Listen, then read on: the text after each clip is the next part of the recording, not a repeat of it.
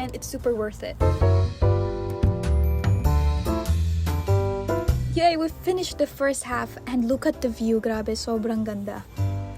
We're going to run back. Let's go. It was like super nice kasi ang gaan ng speed trainers. It's our first time trying it. That's why kanina we're super excited to try it. Tinukat namin siya. Sabi namin sobrang gaan. It's really perfect for running. It is really great. I also forgot to bring water.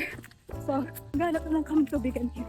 Buti na lang guys, nandito si nanay, nakabili kaming tubig kasi sobrang uhaw na uhaw kami. And yan, sa mga makakalimutan naming self na hindi nagdala.